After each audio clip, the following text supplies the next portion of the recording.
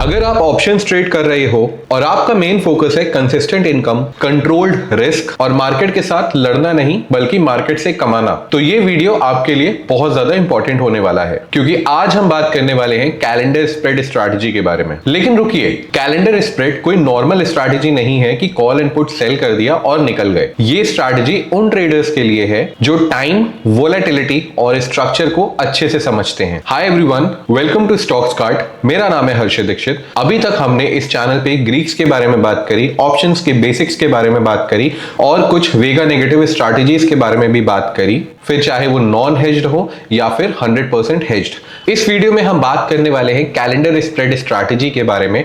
क्या होते हैं कैलेंडर्स, कौन कौन से टाइप के कैलेंडर्स होते हैं, कब डिप्लॉय करना चाहिए, कब नहीं डिप्लॉय करना चाहिए, ending up with a proven setup कि अगर आप कैलेंडर ट्रेड करना चाहते हैं सेफली शुरुआत करने के लिए तो आपको कहां से शुरू करना चाहिए। तो वीडियो को एंड तक जरूर देखिएगा। कोई भी क्वेरी होती है तो आप नीचे कमेंट कर सकते हैं और अगर मेरे समझाने का तरीका आपको अच्छा लग रहा है तो इस वीडियो को लाइक करके शेयर भी कर सकते हैं। तो चलिए सीधे चलते हैं अपने वीडियो के ऊपर और समझते हैं कि कैलेंडर्स होते क्या हैं। तो सबसे पहले समझते हैं कैलेंडर्स क्या हैं और वो कैसे काम करते हैं, क्यों काम करते हैं। देखिए, कैलेंडर स्प्रेड ऐसी ऑप्शन ट्रेडिंग स्ट्रैटेजी है जहां पे हम सेम अंडरलाइन पे मल्टीपल एक्सपायरीज के ऑप्शंस को ट्रेड करते हैं। इस स्ट्रैटेजी में जनरली हम जो नियर एक्सपायरी होती है उसके ऑप्शंस को सेल करते हैं और जो दूर की एक्सपायरी होती है उसके ऑप्शंस को बाय करते हैं। अगर हम स्ट्राइक प्राइसेस की बात करते हैं तो वो सेम भी हो सकते हैं, डिफरेंट भी हो सकते हैं, depending on the type of trade you are trading. ठीक है, देखिए कैलेंडर का सिंपल सा मतलब है जो भी आपने स्ट्रैटेजी अभी तक सीखी, चाहे वो आयरन फ्लाई हो, चाहे वो आयरन कॉन्डोर हो, अगर हम उनकी एक्सपायरीज चेंज कर देते हैं, अगर हम सेलिंग नियर कर देते हैं और बाइंग दूर की कर देते हैं तो वो कैलेंडर ही कहलाएगा। आगे हम समझेंगे कौन कौन से कैलेंडर्स होते हैं, किस हिसाब से हमको कैलेंडर डिजाइन करना चाहिए, वो सारी चीजें आगे कवर हो जाएंगी, तो परेशान मत होइएगा। अभी के लिए बस इतनी सी बात काफी है आपके लिए कि जब भी दो मल्टीपल एक्सपायरीज, मल्टीपल स्ट्राइक्स के साथ ट्रेड होती हैं तो उनको हम कैलेंडर्स कहते हैं। अगर हम कोर लॉजिक की बात करते हैं तो near expiry options decay faster than the far expiry. ये हम पहले भी बात कर चुके हैं कि करंट एक्सपायरी में थीटा डिके मैक्सिमम होता है, फार एक्सपायरीज में थीटा डिके कंट्रोल्ड होता है, कम होता है comparatively from the current week. ठीक है, तो हम करंट वीक की एक्सपायरी सेल करते हैं मैक्सिमम थीटा डिके करने के लिए, और अगर कोई वोलेटिलिटी आ जाए तो वेगा अगले हफ्ते का हाई होता है या अगली एक्सपायरी जो आने वाली है उसका हाई होता है comparatively of the current week. तो अगर कोई मोमेंटम आता है तो अगले हफ्ते की एक्सपायरी के प्रीमियम्स ज्यादा तेजी से बढ़ के हमको प्रोटेक्शन दे सके। एक बात ध्यान रखिएगा कि कैलेंडर स्प्रेड सिर्फ टाइम डिके पे काम नहीं करता, इसमें मार्केट स्टेबिलिटी, वोलेटिलिटी का बिहेवियर और एंट्री का टाइमिंग सबसे ज्यादा इंपॉर्टेंट है। इसलिए आपको पता होना चाहिए कब कौन सा कैलेंडर ट्रेड करना है। उसके लिए आइए समझते हैं कितने तरह के कैलेंडर्स होते हैं। तो सबसे पहले होता है क्लासिक कैलेंडर। इसमें स्ट्रक्चर बहुत ही ज्यादा सिंपल होता है। आप सेम स्ट्राइक सेल करते हैं, ठीक है, और वही सेम स्ट्राइक्स आप बाय भी करते हो, लेकिन एक्सपायरीज अलग होती हैं। कैलेंडर्स में जनरली हमने जैसे बात करी थी ना कि करंट वीक, अगर हम वीकली इसको बना रहे हैं तो करंट वीक की हमने सेम एक्सपायरीज सेल करनी है। आप चाहे एटीएम सेल करो या ओटीएम सेल करो, ठीक है। सपोज मार्केट अभी 25,000 पे चल रहा है तो आप 25,000 का कॉल एंड पुट दोनों बेच सकते हो और अगले हफ्ते का 25,000 का कॉल एंड पुट बाय कर सकते। जब आपकी सोल्ड और बॉट स्ट्राइक्स दोनों सेम होती हैं तब वो कैलेंडर क्लासिक कैलेंडर कहलाता है। ये purely non directional option trading strategy होती है, इसमें डायरेक्शन का नहीं, वोलेटिलिटी का इंपैक्ट बहुत ज्यादा इंपॉर्टेंट है।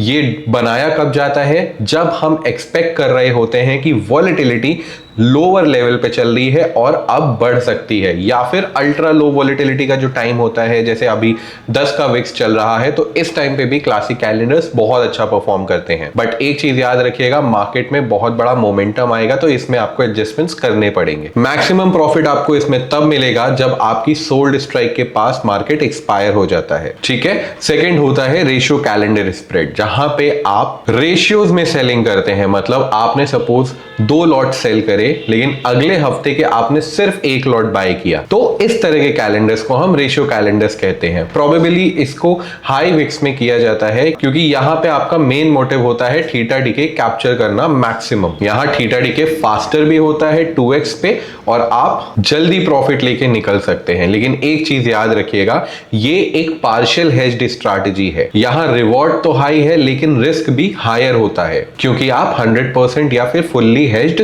नहीं है। अगर कोई बहुत स्ट्रॉन्ग डायरेक्शनल मूव आ गया या गैप अप या गैप डाउन हो गया तो यहाँ पे आपको बड़े लॉसेस देखने पड़ सकते हैं। इसलिए रेशियो कैलेंडर्स वो ट्रेडर्स करें जो बहुत एक्सपीरियंस्ड हैं, कैलेंडर्स को अच्छे से समझते हैं, क्योंकि रेशियो कैलेंडर डिसिप्लिन और मॉनिटरिंग ज्यादा मांगता है। Now let's talk about diagonal calendar spread. यहाँ पे डिफरेंट स्ट्राइक्स ट्रेड होती हैं और डिफरेंट एक्सपायरीज भी ट्रेड होती हैं। क्या होता है, अगर आपने मान लीजिए एटीएम के कॉल एंड पुट सेल करे हैं करंट एक्सपायरी के, तो आप अगले हफ्ते की एक्सपायरी एटीएम की ना बाय करके ओटीएम थोड़ा सा जाके आप बाइंग करते हो। जैसे 25,000 का कॉल एंड पुट आपने करंट वीक का बाय किया, तो आप अगले हफ्ते जाके 25,400 और 24,600 के कॉल एंड पुट्स बाय कर सकते हैं। इससे आपका जो स्ट्राइक सिलेक्शन है वो सेम नहीं हुआ, इसलिए डायगोनल कैलेंडर्स कहलाते हैं। अगर आप सिंगल स्ट्राइक्स में इसको सेल और बाय कर रहे हो तो ये डायरेक्शनली काम करते हैं, और अगर आपको नॉन डायरेक्शनली काम करना है तो आपको कॉल एंड पुट दोनों को बाय करना ही होगा, इसको नॉन डायरेक्शनली बेनिफिट लेने के लिए। अगर आपको मार्केट बुलिश लगता है तो आपको पुट कैलेंडर बनाना चाहिए डायगोनल। अगर आपको मार्केट बेयरिश लगता है तो आपको कॉल डायगोनल कैलेंडर बनाना चाहिए, और अगर आपको मार्केट साइडवेज लगता है तो आप कॉल एंड पुट दोनों सेल कर सकते हैं। स्ट्रक्चर्स की बात अभी आगे हम कर लेंगे, अभी सिर्फ थ्योरी समझिए। Next comes double calendar spread. Call calendar plus put calendars create a wider profit range. ये कुछ क्लासिक कैलेंडर्स की तरह ही होता है, लेकिन जैसे क्लासिक कैलेंडर में हम एटीएम सेल करते हैं, यहाँ पे आप ओटीएम की स्ट्राइक सेल करते हैं। सपोज मार्केट 25,000 पे है तो आप 25,500 और 24,500 की कॉल एंड पुट सेल करेंगे और सेम स्ट्राइक अगले हफ्ते जाके बाइंग कर लेंगे। इससे आपको एक वाइडर रेंज मिलेगी, but that does not means कि ये डायरेक्शनली ट्रेड होता है, ये नॉन डायरेक्शनली ही ट्रेड किया जाता है। जैसे स्ट्रैडल होता है शॉर्टर रेंज के लिए, कॉम्पैक्ट रेंज के लिए, मैक्सिमम प्रॉफिट के लिए, स्ट्रैंगल होता है वाइड रेंज के लिए, उसी तरह से डबल कैलेंडर स्प्रेड को वाइड रेंज के लिए यूज किया जाता है। अब अगर मैं समराइज करूं, क्लासिक कैलेंडर को ट्रेड करते हैं स्टेबिलिटी के लिए, जहां पे स्टेबल मार्केट होगा तब हम ट्रेड करेंगे। रेशियो कैलेंडर्स को ट्रेड करते हैं एग्रेसिव थीटा डीके कैप्चर करने के लिए। डायगोनल कैलेंडर्स को हम non directionally plus directionally trade कर सकते हैं, और डबल कैलेंडर में हम एक वाइडर रेंज के साथ ट्रेड को इनिशिएट करते हैं। मार्केट जैसा भी हो, कैलेंडर स्प्रेड का वैसा ही टाइप आपको इनिशिएट करना चाहिए। अब हम बात करेंगे कि कैलेंडर्स को कब और कैसे यूज करना चाहिए। सबसे पहले बात करते हैं आइडियल एनवायरनमेंट की। बेस्ट मार्केट कंडीशंस क्या है? जब मार्केट एक रेंज बाउंड हो, जब मार्केट एक रेंज में रहे और धीरे धीरे ट्रेंड करे, यानी कि तेजी से ना तो ऊपर जाए ना ही तेजी से नीचे आए। इंप्लाइड वॉलेटिलिटी आईवी लो हो या मॉडरेट, मतलब कि कम हो या फिर स्लाइटली बढ़ी हुई हो। बहुत ज्यादा हाई वॉलेटिलिटी के साथ, बहुत ज्यादा हाई आईवी में आप ये ट्रेड नहीं करेंगे। रेशियो स्प्रेड्स, रेशियो कैलेंडर्स कर सकते हैं, लेकिन still try to avoid calendars जब आईवी बढ़ी हुई है, तब वेगा नेगेटिव ट्रेड्स करिए, बेटर रिजल्ट्स मिलेंगे। Third, IV is expected to rise या फिर स्टे स्टेबल। देखिए सिंपल सी चीज है, आईवी का नेचर देखिए, मैं फिर से बता रहा हूं, आईवी मीन रिवर्टिंग होती है और साइक्लिक होती है। अगर घटी होती है तो अपनी मॉडरेट आईवी पे रिटर्न करेगी, अगर बढ़ी हुई होती है तब भी अपनी मॉडरेट आईवी पे रिटर्न करेगा। जैसे अभी लो आईवी का टाइम है तो हम एक्सपेक्ट कर रहे हैं कि आईवी राइज करेगा। दिसंबर एंड हो रहा है, दैट मींस कि फेब में जो बजट आने वाला है, तो अब यहां से आईवी बढ़ती हुई नजर आएगी। तो ऐसे में क्लासिक कैलेंडर्स बहुत अच्छा काम करेंगे, आपको क्लासिक कैलेंडर्स ट्रेड करने चाहिए। जब आईवी मॉडरेट होती है तब आप डायगोनल कैलेंडर्स में ट्रेड कर सकते हैं, जब आईवी बढ़ी हुई होती है तो आप रेशियो कैलेंडर्स में ट्रेड कर सकते हैं। अवॉइड कब करना चाहिए? जब आईवी इज वेरी हाई, मतलब कि 20 के आसपास की आईवी है।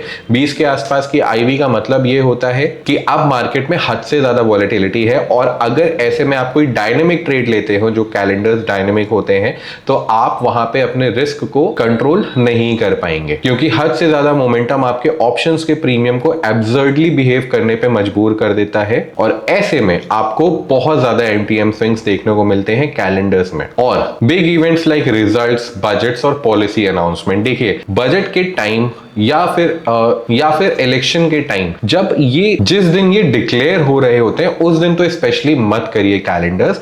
जब बजट का जोन चल रहा होता है, जैसे अभी जनवरी आ रहा है, तो अभी आप डिप्लॉय कर सकते हो टिल द जनवरी एक्सपायरी, उसके बाद कैलेंडर्स मत करिएगा या अवॉइड करिएगा, ठीक है, क्योंकि बहुत ही अनसर्टेन गैप अप्स और गैप डाउन्स देखने को मिल सकते हैं, बहुत ही बड़ा मोमेंटम देखने को मिल सकता है intraday. How to trade, select ATM और नियर एटीएम स्ट्राइक्स, इसके बारे में छोड़ दीजिए, ये हम पहले डिस्कस कर चुके हैं, आगे भी डिस्कस कर लेंगे। ये डिपेंड करता है किस तरह का कैलेंडर आप ट्रेड कर रहे हैं, ठीक है। अब हर स्ट्रैटेजी की तरह कैलेंडर्स के भी अपने बेनिफिट और ड्रॉबैक हैं। एक बेटर ट्रेडर के लिए ये दोनों चीजें समझना बहुत ज्यादा जरूरी है। अगर हम बेनिफिट्स की बात करें तो कैलेंडर में आपका रिस्क डिफाइंड होता है। कैलेंडर्स क्योंकि डेबिट में बनते हैं तो आपका जो मैक्सिमम रिस्क है, जो डेबिट आपके दोनों लेग सेल और बाय के बीच में बने हैं, वही आपका मैक्सिमम लॉस होता है। कैलेंडर में लो मार्जिन लगता है क्योंकि आपको हेज का बेनिफिट मिलता है, इस वजह से आपका मार्जिन रिडक्शन भी आपको मिल जाता है। यस, अब वीकली एक्सपायरीज के दिन आपको कैलेंडर में मार्जिन बेनिफिट नहीं मिलेगा, तो उस हिसाब से आपको अपने कैलेंडर्स को स्मार्टली प्ले करना चाहिए। स्ट्रॉन्ग थीटा एडवांटेज हम डिस्कस कर चुके हैं, क्योंकि वीकली एक्सपायरी सोल्ड है, उसका आपको मैक्सिमम थीटा डीके मिलता है। Works well in sideways market, calendar sideways market में बहुत अच्छा काम करता है। डायरेक्शनल मार्केट्स में कैलेंडर काम तो करता है, लेकिन आपको थोड़ा मॉनिटर ज्यादा अच्छे से करना पड़ेगा। अब अगर हम ड्रॉबैक्स की बात करते हैं तो sensitive to IV drop, calendars debit में बनता है और कैलेंडर्स तब करना चाहिए जब आईवी लो है और बढ़ने वाली हो, ना कि बढ़ी हुई हो और घटने वाली हो। यस, मैंने कहा था कि हाई आईवी में आप रेशियो स्प्रेड्स, आप रेशियो कैलेंडर स्प्रेड्स कर सकते हैं, लेकिन अगेन जब मेरे पास वेगा नेगेटिव ट्रेड है करने के लिए, मैं कैलेंडर्स क्यों ट्रेड करूंगा? ये एक बहुत बड़ा सवाल है। आपको पता होना चाहिए कब कौन सा ट्रेड डिप्लॉय करना है, ठीक है। लिमिटेड प्रॉफिट विंडो, अगेन हर एक ऑप्शन सेलिंग स्ट्रैटेजी की तरह यहां पे भी आपका प्रॉफिट लिमिटेड है।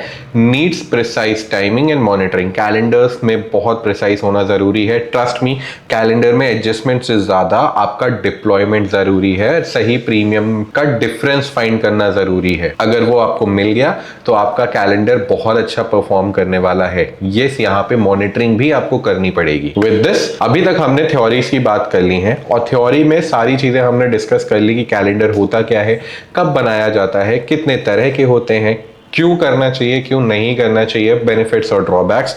अब चलते हैं एक मंथली कैलेंडर स्ट्रैटेजी के ऊपर, क्योंकि अब जो टाइम जोन चल रहा है दिसंबर से जनवरी का, ये कैलेंडर्स के लिए बहुत अच्छा टाइम जोन माना जाता है, ठीक है। तो rules of a classic calendar, हम यहाँ क्लासिक कैलेंडर की बात करेंगे क्योंकि आईवी बढ़ने का सबसे ज्यादा बेनिफिट आपको क्लासिक कैलेंडर्स में ही देखने को मिलेगा। तो रूल क्या कहता है? Create a classic calendar by selling ATM का call and put of the current month expiry on the first day of the month. आपको करना क्या है? First day of the month या फिर लास्ट मंथ की एक्सपायरी की अगले दिन आके आपको एटीएम का कॉल एंड पुट सेल करना है। हम इसको बना रहे हैं कॉल एंड पुट दोनों को सेल करके, राइट। आप चाहें तो सिर्फ कॉल या सिर्फ पुट कैलेंडर भी बना सकते हैं, लेकिन हम यहाँ पे कॉल एंड पुट दोनों सेल कर रहे हैं। फिर क्या करना है? हमें सेम स्ट्राइक्स जो हमने सेल करी हैं उन्हें ही बाय करना है, एटीएम के ही कॉल एंड पुट को बाय करना है, बट अगले महीने की एक्सपायरी के लिए, ठीक है। और ये आपके हेजेस के काम करने वाले हैं, आपको मार्जिन का बेनिफिट देने वाले हैं। और अब जो स्ट्रक्चर आपके सामने बन के आएगा, ये कैलेंडर्स कहा जाता है, इसे कैलेंडर्स कहते हैं। If the market nears either break even, अब ये दोनों पॉइंट हो गए कि कैलेंडर बनना कैसे है। अब बात करते हैं एडजस्टमेंट्स की। देखिए, क्योंकि हम इसको थोड़ा बिगनर फ्रेंडली रख रहे हैं तो बहुत ही सिंपल एडजस्टमेंट्स की यहाँ पे बात कर रहा हूं मैं। इसका मतलब ये नहीं है कि यही एक तरीका है इसको एडजस्ट करने का, ठीक है। तो थर्ड पॉइंट क्या कहता है? If the market nears either of the break events, जब आप कोई भी नॉन डायरेक्शनल स्ट्रैटेजी बनाते हैं तो आपके दो ब्रेक इवेंट्स होते हैं, करेक्ट। तो जब भी हमारा किसी भी साइड के ब्रेक इवन की तरफ मार्केट बढ़ रहा होगा, मतलब बहुत करीब पहुंच चुका होगा, तो आपको क्या करना है? जिस भी तरफ मार्केट बढ़ा है उस तरफ का आपको सोल्ड लेग बुक करना है। एटीएम पे जहां पे मार्केट अब पहुंच चुका है वो वाला लेग आपको सेल कर देना है। याद रखिए, मार्केट जिस तरफ बढ़ा है, जिस तरफ का ब्रेक इवन ब्रेक किया है, उस तरफ का लेग सोल्ड वाला आपको बुक कर लेना है जो आपने सेल किया था, और अब जो आपका नया एटीएम है उसे आपको सेल कर देना है, ठीक है। और आपको हेजेस टच नहीं करने हैं। अभी हम नॉन डायरेक्शनली बैठे हुए थे, मार्केट में मूव आया तो हम अब डायरेक्शनल हो गए, दैट्स ऑल। इससे ज्यादा कुछ नहीं करना है। जब भी आपको 4% का प्रॉफिट या 4% का लॉस दिखे, आप अपना ट्रेड बुक कर सकते हैं, ठीक है। Position sizing should be around 2 lakh rupees पर लॉट, ठीक है। 2 लाख रुपए आपको पर लॉट लगेंगे कैलेंडर्स ट्रेड करने के लिए। रूल समझ में आ गए, बहुत सिंपल है, ज्यादा डिफिकल्ट नहीं रखा है। अब चलते हैं सिमुलेशन के ऊपर और देखते हैं कि अगर हम कैलेंडर्स को ट्रेड करते तो हमको कब डिप्लॉय करना चाहिए, क्या एडजस्टमेंट करना चाहिए और एग्जिट करना चाहिए, कितनी बार प्रॉफिट्स हुए, कितनी बार लॉसेस हुए हैं। अब हम आ चुके हैं अपने सिमुलेटर के ऊपर और इस ट्रेड को सिमुलेट करके देखते हैं कि अगर हमको इस ट्रेड को करना है तो हम कैसे करेंगे, राइट। अभी हम इसका अगस्त का सिमुलेशन कर लेते हैं। हम आ चुके हैं निफ्टी पे। आप एटीएम की कॉल एंड पुट दोनों करेंगे सेल। एटीएम का कॉल एंड पुट आपने दोनों किया सेल 28 अगस्त का on the first day of August month. फिर आप 30 ऑफ सितंबर जो अगला महीना है उसके सेम स्ट्राइक प्राइसेस को आप कर लोगे बाय। ये आपका हो गया एक क्लासिक कैलेंडर रेडी। आपका मार्जिन 2 लाख रुपए के अंदर लग रहा है। मैक्सिमम प्रॉफिट आपका 26,000, लॉस यहाँ पे 31,000 का दिखा रहा है। रेंज आपको 1.5 और 2.3% के आसपास यहाँ पे देखने को मिल रही है। जब भी मार्केट आपके ब्रेक इवन के पास पहुंचेगा आपको तब इसमें एडजस्टमेंट्स करने हैं, ठीक है। हम यहाँ पे एक दिन के साथ आगे चलते हैं, ठीक है। जैसे हम देख रहे हैं मार्केट थोड़ा नीचे तो गया था लेकिन वापस अपनी रेंज के सेंटर में आ गया।